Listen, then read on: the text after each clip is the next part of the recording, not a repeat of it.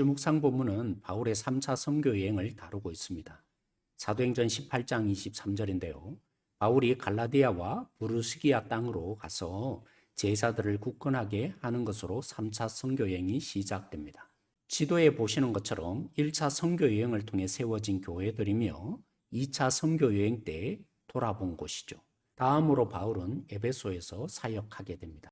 에베소 성도들도 아볼로처럼 세례 요한의 세례밖에 몰라서 예수님의 이름으로 세례를 받게 했습니다.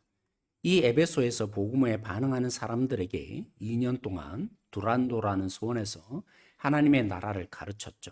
예수님이 하나님 나라를 가르치고 표적을 통해 하나님의 나라를 직접 맛보여 주신 것처럼 바울도 여러 표적을 행하였습니다. 그러자 흉내를 내는 마술사도 있었습니다. 특히 제사장 스게와의 아들들이 흉내를 내다가 벗은 몸으로 도망치게 되는 사건이 발생했죠. 이 일로 회개가 일어나 마술사들이 자신의 생계인 마술책을 불태웠습니다. 그때 불사른 책이 은 5만이라고 해서 하루 365일 내내 일하더라도 147년의 일을 해야만 벌 수 있는 상당량의 돈이었습니다. 복음이 흥왕함에는 늘 방해가 일어났죠. 에베소에 바울을 향한 폭동이 또한 일어났습니다. 아데미 신전입니다. 세계 7대 불가사의 건축물 중에 하나죠. 풍요와 자신의 여신인 아데미를 위해 만들어진 신전입니다.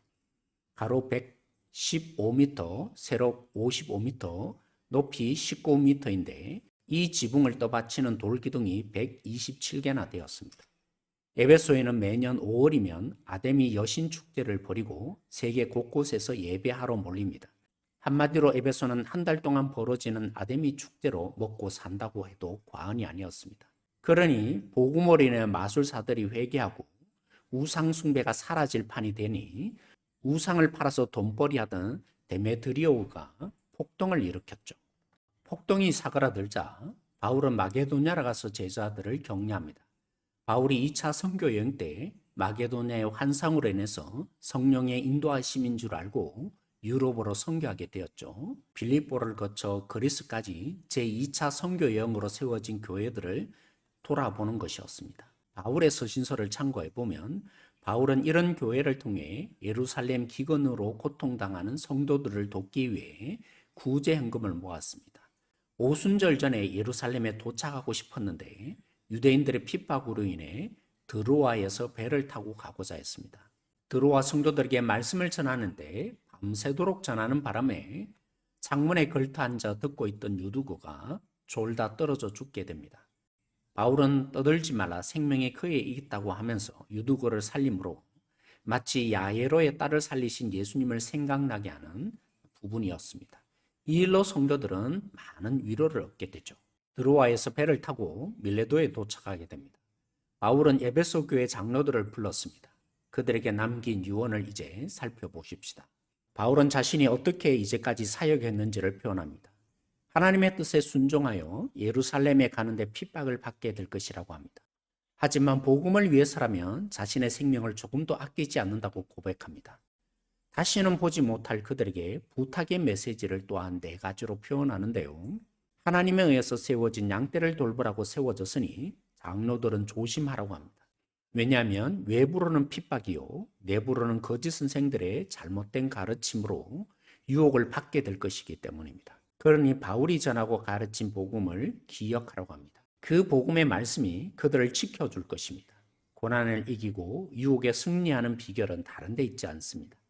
바울의 빈자리를 채워줄 리더나 더 좋은 시스템이나 행사가 교회를 세워가는 것이 아닙니다. 은혜의 말씀이 교회를 든든히 세우고 부흥케 하는 것을 믿으시기 바랍니다. 바울은 성도들이 은혜의 복음을 누리도록 자비량하면서 복음을 전했습니다. 이 모범은 예수님이 친히 펼치신 삶이었습니다. 가난의 짐으로 우리를 부욕해 하셨고 죽으심으로 생명을 얻게 하셨습니다. 그러니 바울은 주는 것이 받는 것보다 복되다는 것을 기억하라고 합니다. 사랑하는 성도 여러분, 어느 때보다도 혼란스럽고 어려운 시대 속에 우리가 살아가고 있습니다. 예수님을 믿게 된 그 은혜를 기억해내십시다. 말씀에 사로잡히는 성도가 되십시다. 말씀이 실제가 되어서 가난의 짐으로 부욕해 하신 십자가의 삶을 살아내십시다. 그래서 주는 것이 받는 것보다 복된 삶인 것을 누려보는 성도들이 되어지길 소망합니다.